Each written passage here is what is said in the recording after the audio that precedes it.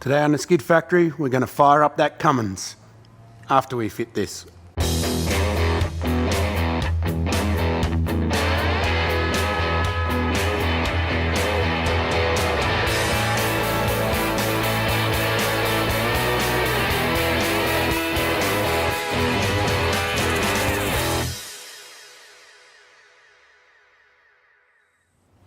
Welcome back to the Skid Factory, where we're still working on the Cummins Patrol.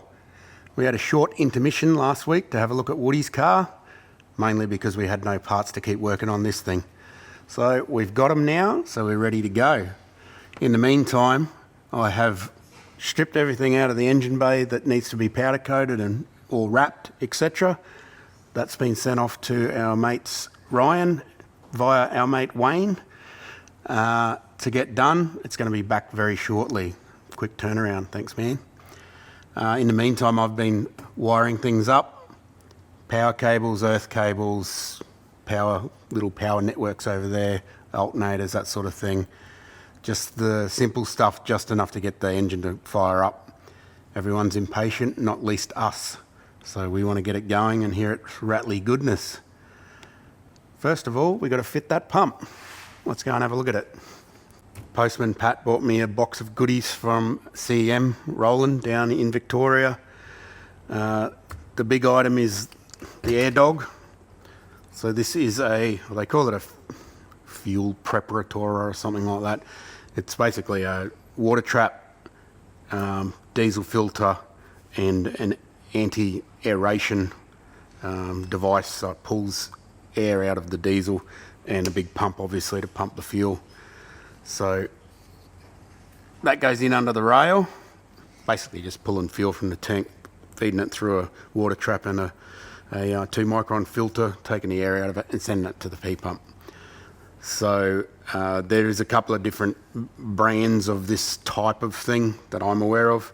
There's AirDog and FAS is the other one. I think Rich uses FAS on his stuff.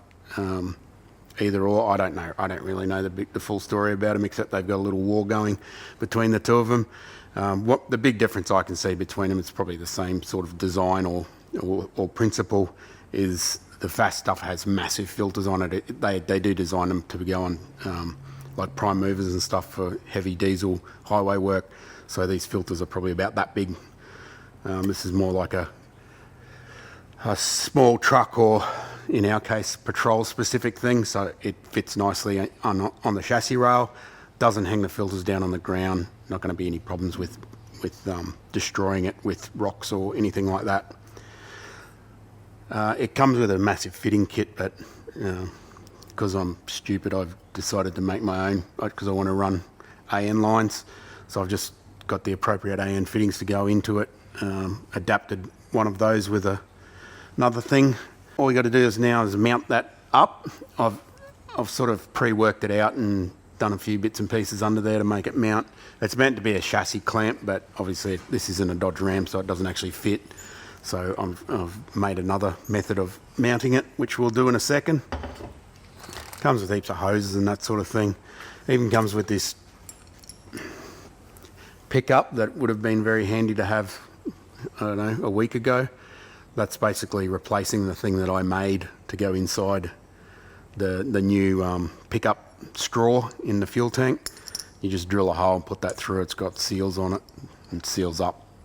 You add a tube that goes down the bottom and cut it to the appropriate length. So it's got some handy bits in it. Big manual. Choose your own. I'm sure this will work fine. I'm sure a FAS works fine as well. No need to argue about it. I also got some other bits and pieces from Roland, a P-pump mount, which wasn't included on the engine. We don't know why. It might have rusted away or just got lost in the process. No biggie. You can buy, that's a genuine Cummins part. I don't know whether that is or not, but it's just a bracket. Just goes down on the block. That bolts to the bottom of the P-pump. Just a big bolt through the middle of it. Done deal.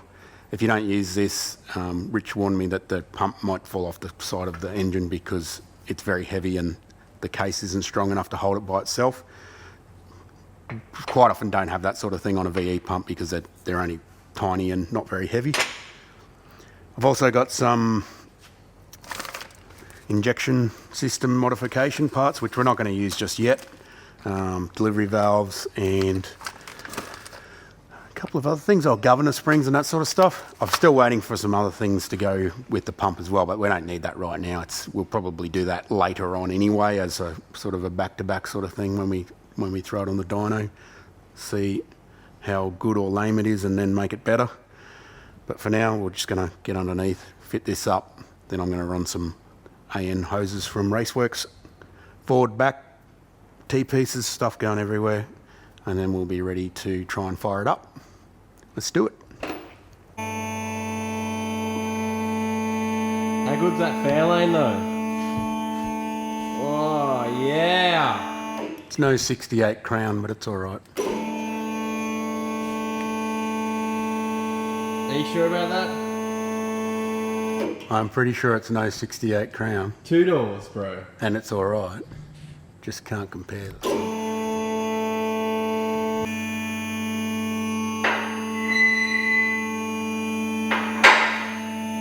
This is where the air dog's going to go. I've just used that plate, held it up, marked it out, drilled 4 holes.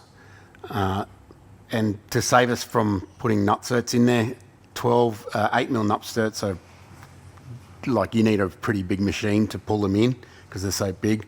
So instead of that, I've decided to just push bolts through from the opposite side. And how I did that was with one of these things. Alien claw thing. Basically, you just grip hold of your bolt like that. There's usually some access holes in a rail. A lot of rails aren't fully boxed either. They're only C-section, so it makes it easy. But you can just go in like that. Grab it, pull it through, let go. And I've put little O-rings on there. So they're just like sacrificial O-rings. It's just so when you're pushing it up to push it on there, they don't drop in so easily. You ain't got to get that one out. Oh, I get it out. Where's the magnet on the stick? The magnet on the stick has got no grunt anymore. I think it needed bloody head it towards the North Pole a bit more or something. How do magnets work? I don't know. Don't you just get another magnet and rub it along in the same direction and it magnetises it? Something like that, yeah. But where did the first magnet come from?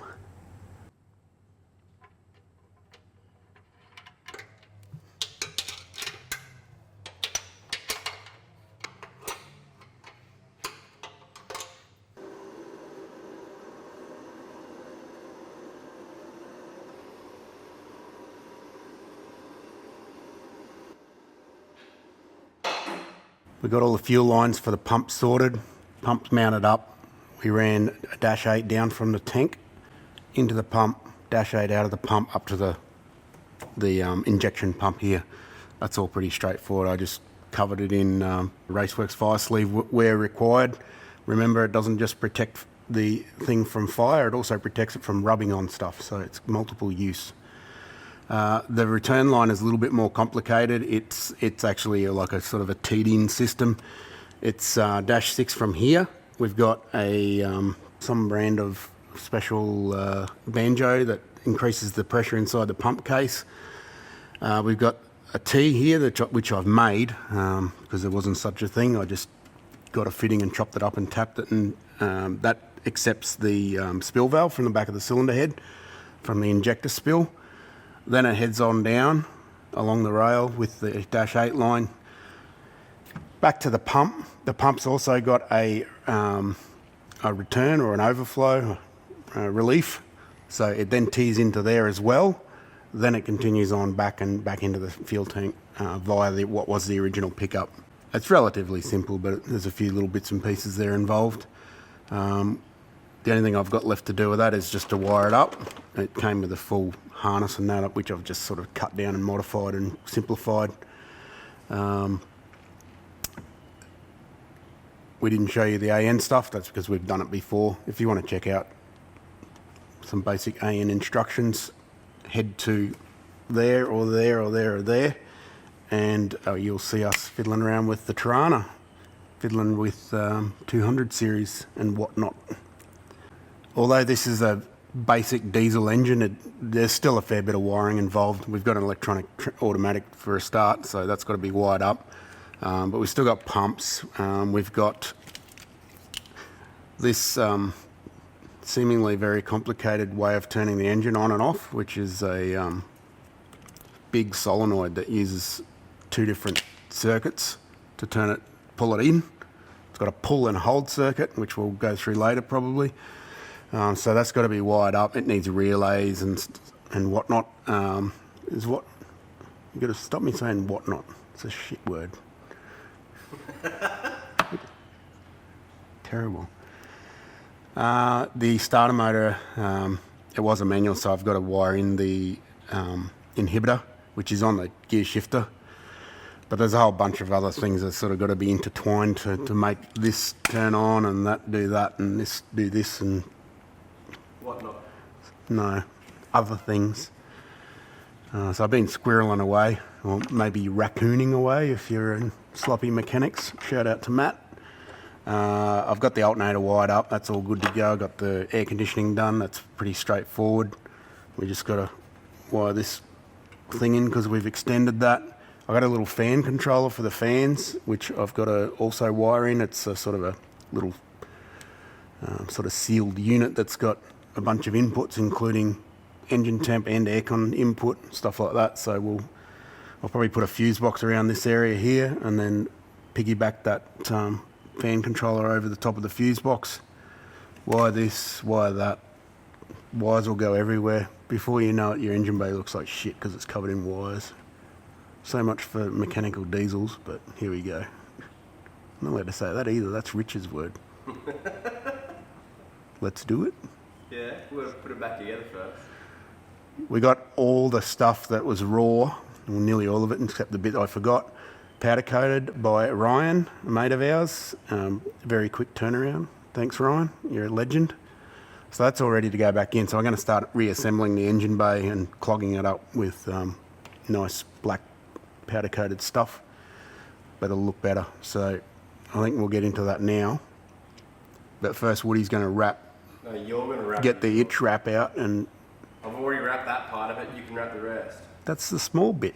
Yeah, I know. Don't do that's like a fifth of a job, not even half a job.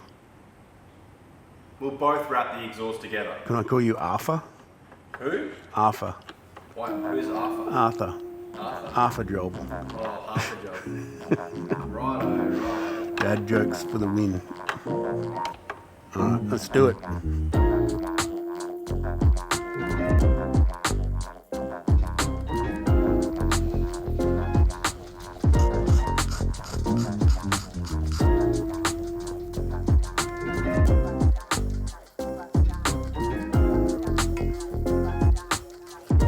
Schmutz on my hat.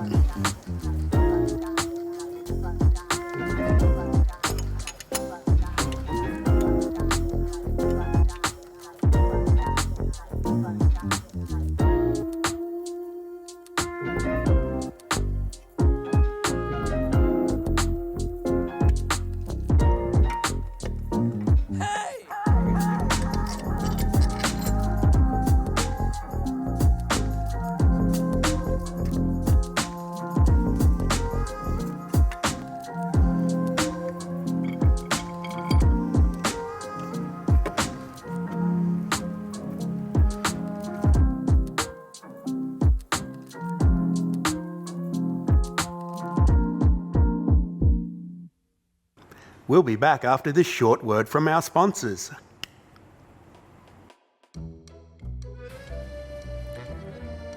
Do you like lemon squash? Maybe you like Dropbox fluid. Introducing the Skid Factory Drink Cooler 5000. Maybe you like playing golf. Maybe you like enjoying a lemon squash at the beach. Or maybe you just like to quench your thirst after a hard day's ride on the dirt squirters. You're going to need to grab yourself the Skid Factory Drink Cooler 5000. Available for $30 redos or 23 bald eagle dollars. Available at https://www.theskidfactory.com. But wait, there's more. If you buy 3, we'll cut the postage. That's right, spend $90 or more in store and we'll send it to you for free. Terms and conditions apply. Extended postal times may apply to those in remote areas or overseas. Steak knife not included, old time. Nothing frozen.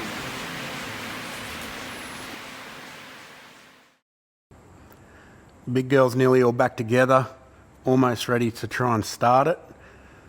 I've got no wiring yet, or not enough to do anything but crank the engine over, but I've got a magical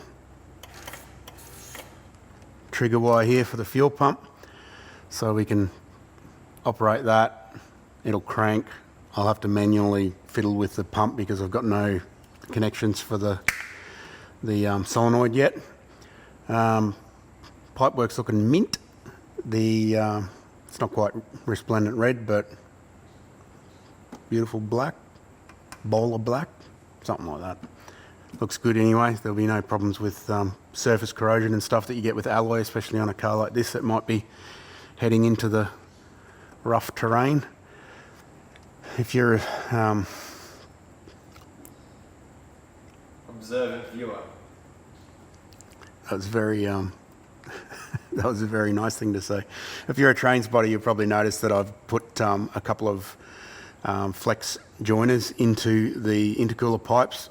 It didn't really have as much movement as I'd wanted, partly because we anchored that side so it didn't flop around, but everything's pretty tight, so I didn't really know how much the engine was going to move. It probably won't move much, but I didn't really want to start cracking things, so I got some of these truck spec bellowed with steel rings, support rings around them, as this engine probably would have had in whatever vehicle it was in. That's the kind of stuff that they use, so that's all good to go. They fit pretty well. I had to take a bit of a notch out of the fan shroud on the other side, but it's all good.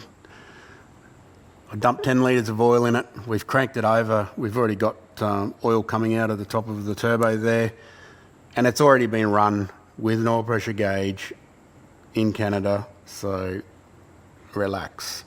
It has got a oil temperature and pressure switch in it, but it's not wired up yet to go into the dash, so you'll just have to trust me and know that it's mine, and if it doesn't have oil pressure, it's my problem. We are a bit blind, aren't we? Well, sometimes you just got to fire the damn thing up so you can bloody sleep at night, and that's where we're at right now, so let's do it. You're on key. Alright. I'm on fuel pump. Sweet. This hand is for on-off switch, and that hand's for throttle. Okay. So this is what they mean when they say mechanical fuel pump. You could do everything yourself. It's like Fred Flintstone's car.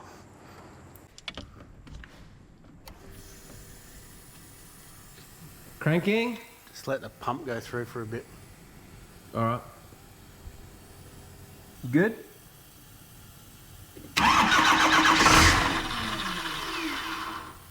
Hey! Go again.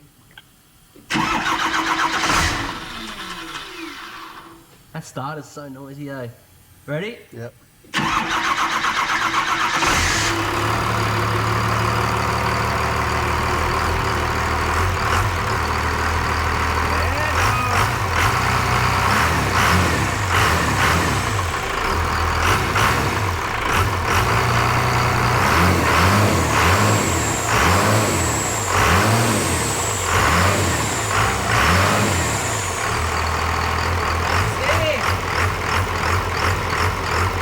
Is that you?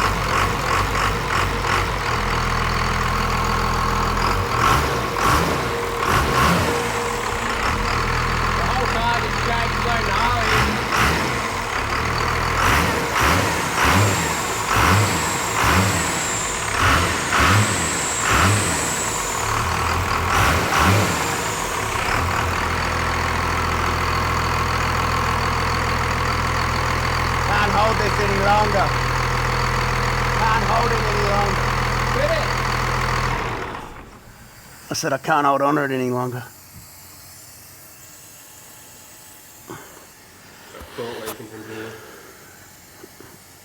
Nah. Don't kill my vibe, bro. Well, I'm stating there's coolant leaking. Where? Maybe we should check underneath it to make sure there's nothing leaking. Is there oil leaking out? No.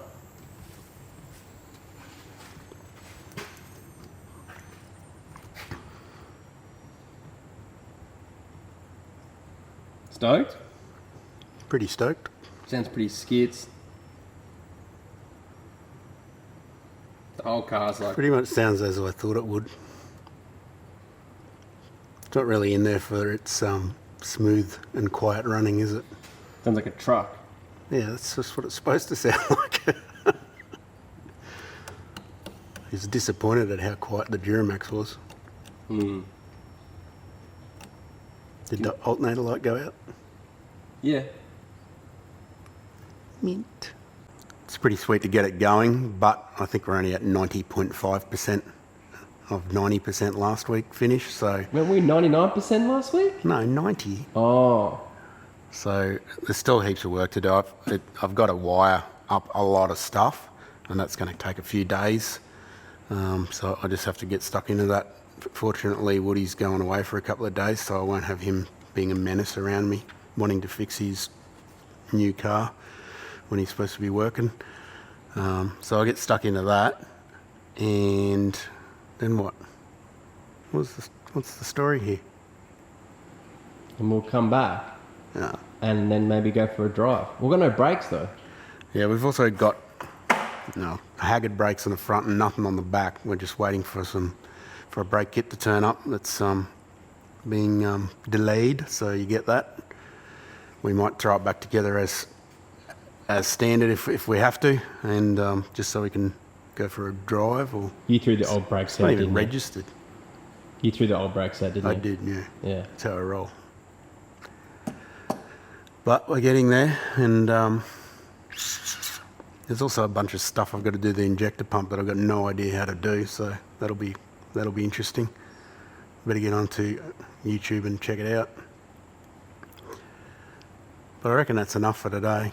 We made noises and a bit of smoke, so we'll leave it at that, and we'll be back next week for more adventures of Woody and his new cars, plus this distraction. Thanks for watching.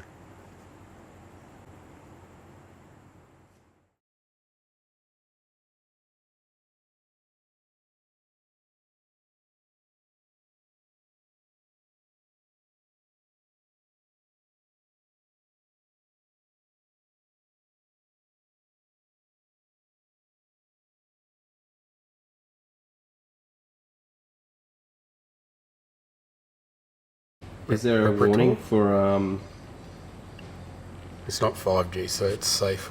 No, is there a warning for like It eats babies. yeah, for California Yeah, it did. cancer? It did, yeah. It was on the box. Proposition 95. Or what is it again? Proposition something or other. May cause Hang on, I gotta get that one. everything. Available for $30 redos or 24. Hey Siri, what's 30 Australian dollars in US dollars?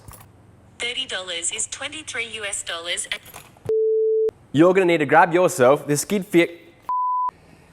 Did that fit the whole carton in there? Did I? It would.